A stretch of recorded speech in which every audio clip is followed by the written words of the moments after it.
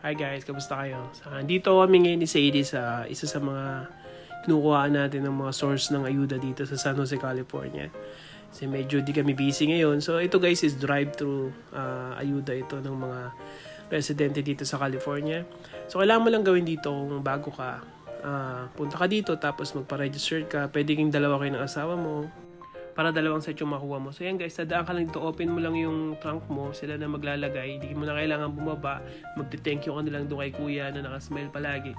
So ito na guys yung nakuha natin. So meron tayong 2 box ng halo-halong gulay at prutas, meron tayong bigas at beans dito, 2 tray ng itlog, at 2 fresh milk. Guys, lahat ng binibigay din nila puro fresh at bago pa yung mga milk. So nakita nyo naman din pa yung mga green apple, napakasariwa. At itong mga patatas, mahilig kami dyan. So ipasok naman natin to sa loob guys, at doon natin to kalkalin sa loob. So ito guys yung ayuda na galing sa isa sa mga source natin dito. Tingnan nyo naman guys kung gaano ka-fresh itong mga pinamimigay nila ngayon. Kasi dito medyo yung iba luma na. Pero syempre okay lang kasi bigay lang naman yun. Sweet potato, 2 box yan guys.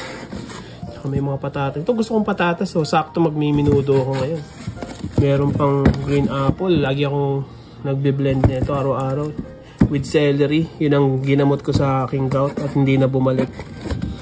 May kalabasa pa oh. Tsaka yung giant na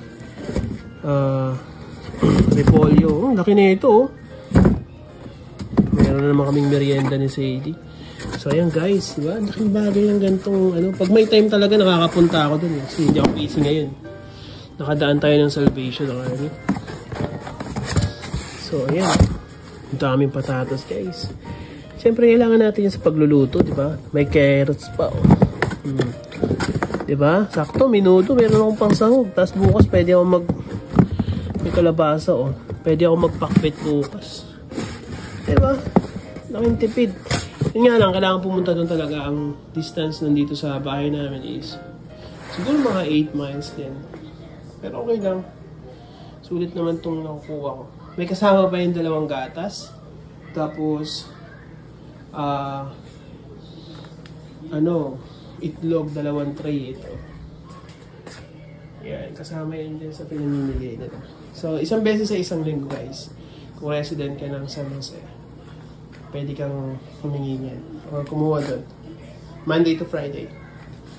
So, ayun lang guys. Sinare ko lang yung blessing. Thank you Lord sa blessings na to.